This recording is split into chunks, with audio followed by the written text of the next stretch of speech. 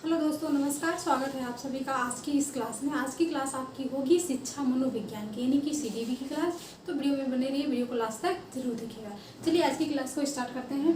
आज का अपना पहला क्वेश्चन है कि प्रारंभिक अवस्था में शिशु अत्यधिक होते हैं किस प्रकार के। यहाँ पर पूछा जा रहा है कि प्रारंभिक अवस्था का मतलब समझ रहे हो आप, शैशवावस्था की बात यहाँ पर हो रही है कि प्रारंभिक अवस्था में शिशु अत्यधिक कैसे होते हैं, क्योंकि यहाँ डाट है कि शिशु अत्यधिक कैसे होते हैं। तो पहला है परोपकारी होते हैं, दूसरा स्वकेंद्रित होते हैं, तीसरा अंतर्मुखी और चौथा ऑप्शन है बहिर्मुखी। वो अंतर्मुखी और बहिर्मुखी तो कब होंगे बच्चे, तो थोड़ा सा बड़े हो जाएंगे तो बहिर्मुखी होते हैं, जब वो बाल्यावस्था में पहुँच जाते हैं।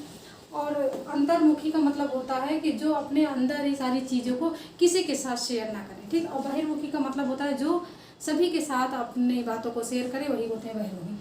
और यहाँ परोपकारी तो होंगे नहीं, क्योंकि यहाँ प्रारंभिक मतलब शैशवावस्था में क्या बच्चे के अंदर परोपकारी की भावना आ जाएगी। तो यहाँ पहला ऑप्शन है, यहाँ पर दूसरा विकल्प सही हो जाएगा स्वकेंद्रित। स्वकेंद्रित का मतलब होता है कि वह सभी का स्नेह पाना चाहते हैं। शैशवावस्था में सभी का स्नेह पाना चाहते हैं, माता पिता से, अपने बड़ों जने से, मतलब सभी का स्नेह और प्रेम पाना चाहते हैं। तो बच्चे शैशवावस्था में कैसे होते हैं, स्वकेंद्रित होते हैं, ठीक। यहाँ पर दूसरा विकल्प आपका राइट हो जाएगा।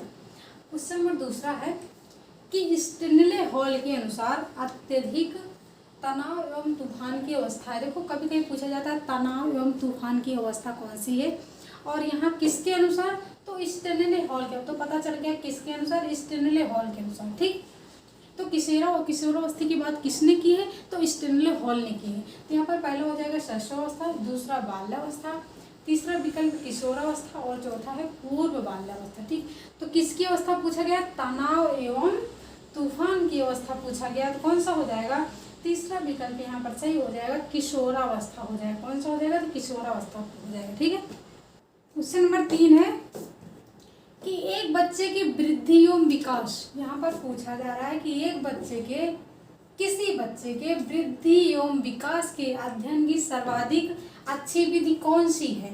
अगर हमें वृद्धि और विकास का, किसी बच्चे के वृद्धि और विकास का अध्ययन करना होगा तो उसके लिए उचित विधि कौन सी होगी। तो पहला है विकासीय विधि, दूसरा है अन्वेषण विधि, तीसरा खोज विधि और चौथा मनोविश्लेषण विधि, ठीक है। तो यहाँ पर जो आपका आंसर हो जाएगा, अगर हमें वृद्धि एवं विकास का अध्ययन करना होगा तो उसके लिए सबसे ज़्यादा जो पॉजिटिव आंसर होगा वो होगा विकासीय विधि का, क्योंकि किसका अध्ययन हो रहा है यहाँ पर, वृद्धि एवं विकास का अध्ययन हो रहा है, ठीक है। अगर अन्वेषण विधि की बात करें तो इसको बोलते हैं खोज विधि।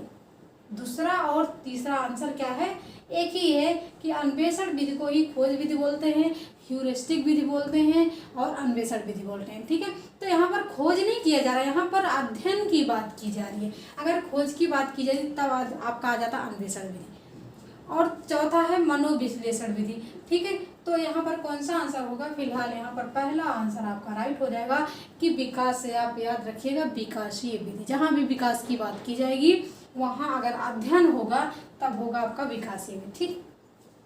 क्वेश्चन नंबर 4 है कि विकास एक प्रक्रिया है। विकास कैसी प्रक्रिया है, हर व्यक्ति का विकास होता है, वो विकास कैसा होता है, धीरे धीरे धीरे बढ़ता रहता है, ठीक है। तो विकास एक निरंतर चलने वाली प्रक्रिया है, क्योंकि विकास क्या चलता है, निरंतर चलता है। सभी का विकास एक समान होता है और निरंतर होता है, ठीक। तो यहाँ पर दूसरा विकल्प आपका सही हो जाएगा। और क्वेश्चन नंबर 5 है कि सामाजिक परिवर्तन का सर्वाधिक कार्यकारी परिवर्तन, ऐसा क्या करें कि समाज का परिवर्तन हो जाए, समाज का भला हो जाए, समाज हमारा बदल जाए।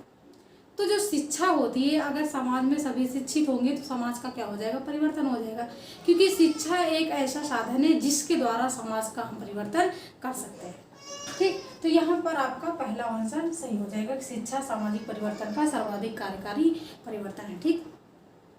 तो दोस्तों वीडियो आपको कैसी लग रही है, अगर अच्छी लग रही है तो लाइक कर दो। अगर आप सेशन में पहली बार आए हैं तो चैनल को सब्सक्राइब करें, साथ ही बेल आइकन को प्रेस करें, जिससे वीडियो को नोटिफिकेशन आपको मिलता है। क्वेश्चन नंबर 6 है, जो कि बुद्धि से है। तो यहाँ पर पूछा जा रहा है कि बुद्धि का एक कारक सिद्धांत किसने दिया, ठीक है। एक कारक सिद्धांत की बात की जाए, अगर यहाँ पर एक कारक ना होकर एक तत्व भी दे दिया जाता है तब भी आपका आंसर बदलेगा नहीं, ठीक। तो बुद्धि का एक कारक सिद्धांत किसने दिया, अल्फ्रेड बिने ने, स्पीयरमैन ने, गिलफोर्ड ने, या फिर इनमें से सभी ने। तो यहाँ पर पहला आंसर आपका सही हो जाएगा कि अल्फ्रेड बिने ने बुद्धि का एक कारक सिद्धांत यानी कि एक तत्व का सिद्धांत दिया, ठीक। क्वेश्चन नंबर 7 है कि बुद्धि का द्विकारक सिद्धांत किसने दिया। जब भी द्विकारक की बात की जाती है तो आप क्या लगाओगे आंसर, स्पीयरमैन ने। ठीक, क्या लगाओगे, स्पीयरमैन ने, क्योंकि बिने ने क्या दिया था, अल्फ्रेड बिने ने बुद्धि का एक कारक सिद्धांत, और द्विकारक की बात की जाए तो स्पीयरमैन ने। तो पहला ऑप्शन यहाँ पर हम टिक कर देंगे। और क्वेश्चन नंबर 8 है कि बुद्धि का परमाणुवादी सिद्धांत किसने दिया। यहाँ पर परमाणुवादी पूछ लिया जाए, बालू का सिद्धांत पूछ लिया जाए, या फिर बहुकारक सिद्धांत पूछ लिया जाए, आपका आंसर क्या हो जाएगा, एक ही रहेगा, बदलेगा नहीं। परमाणुवादी की बात की जाए तब भी आपका थॉर्नडाइक हो जाएगा। बालू का सिद्धांत किसने दिया, थॉर्नडाइक ने दिया। बहुकारक सिद्धांत किसने दिया, तो थॉर्नडाइक ने दिया। ठीक है, तो यहाँ पे पूछा गया कि बुद्धि का परमाणुवादी सिद्धांत किसने दिया, तो पहला आंसर आपका सही हो जाएगा कि थॉर्नडाइक ने दिया। तो यहाँ पर जो 3 क्वेश्चन थे ये थे थॉर्नडाइक से। ठीक, और सॉरी, ये जो यहाँ पर 3 क्वेश्चन थे ये थे बुद्धि से। तो इसको आप नोट डाउन कर सकते हो। बुद्धि से क्या होता है, बहुत ज़्यादा कंफ्यूज होते हैं कि बुद्धि एक कारक सिद्धांत किसका है, द्विकारक किसका है, त्रिकारक किसका है, या फिर बालू का सिद्धांत किसका है, परमाणुवादी सिद्धांत किसका है। तो ये सारे यहाँ पर क्लियर हो गए हैं कि एक कारक की बात की जाए अल्फ्रेड बिने ने, द्विकारक की बात की जाए स्पीयरमैन ने, और बहुकारक की बात की जाए तो थॉर्नडाइक ने। क्वेश्चन नंबर 9 है कि बहिर्मुखी व्यक्ति वह होते हैं। देखो यहाँ पर बहिर्मुखी की बात की जा रही है, बहिर्मुखी व्यक्ति कैसे होते हैं। तो पहला है ऑप्शन है कि जो सामाजिक व मित्रवत हों, दूसरा तनाव रहित हों, तीसरा ये दोनों होते हैं। ठीक है, और चौथा इनमें से कोई नहीं। तो बहिर्मुखी का मतलब होता है जो अपनी बातों को किसी के साथ भी शेयर करते हैं, अपने फ्रेंड्स के साथ, अपने फैमिली के साथ, माता पिता के साथ। तो कैसे होते हैं कि सामाजिक होते हैं और मित्रवत होते हैं। ठीक, तो ये पहला यानी आंसर सही है। दूसरा एक तनाव रहित, तो उनके अंदर तनाव नहीं होता जब वो अपनी बातों को शेयर करते हैं। कोई भी व्यक्ति हो, अगर अपनी बातों को क्या कर देंगे, वो शेयर कर देंगे अपने दुख सुख सारे, तो क्या हो, तनाव से रहित हो जाएंगे। ठीक, तीसरा है कि ये दोनों होते हैं। ठीक है, तो यहाँ पर तीसरा विकल्प आपका सही हो जाएगा कि ये दोनों होते हैं, सामाजिक होते हैं, मित्रवत होते हैं, तनाव रहित होते हैं। यानी कि राह चलते क्या करते हैं, मित्र बना लेते हैं, वो होते हैं बहिर्मुखी व्यक्ति। तो क्वेश्चन नंबर 10 है अब कि एक कक्षा में व्यक्तिक भिन्नताओं के क्षेत्र हो सकते हैं। व्यक्तिक भिन्नता का मतलब समझ रहे हो आप,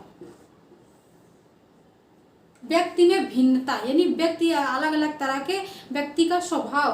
तो यहाँ पर पूछा जा रहा है कि एक कक्षा में व्यक्तिक भिन्नताओं के क्षेत्र हो सकते हैं। कैसे कैसे, रुचियों के, सीखने के, चरित्र के, या फिर उपरोक्त सभी के।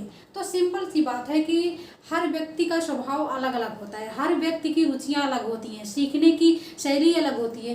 तो हर एक तरह के बच्चे आपको मिलेंगे कक्षा में। कोई बच्चे मिलेंगे जिनको उनको रुचि होगी पढ़ने में, कोई बच्चे ऐसे होंगे जिनको सीखने में रुचि होगी, कोई बच्चे आपको ऐसे मिलेंगे जिनका चरित्र का पाठ पढ़ने में अच्छा लगेगा, नैतिक पाठ पढ़ने में अच्छा लगेगा। ठीक है, तो यहाँ पर ये उपरोक्त सभी हो जाएगा क्योंकि सभी प्रकार के बच्चे पाए जाते हैं। तो यहाँ पर चौथा विकल्प आपका सही हो जाएगा कि व्यक्तिक भिन्नता सभी के अंदर होती है। तो दोस्तों ये वीडियो आपको कैसी लगी, अगर अच्छी लगी तो लाइक जरूर करना, अगर आप सेशन में पहली बार जुड़े हैं तो चैनल को सब्सक्राइब करना, साथ ही बेल आइकन को प्रेस करना जिससे वीडियो का नोटिफिकेशन आपको मिलता रहे। Thanks for watching video. This is Sadhana Tyagi, expert classes.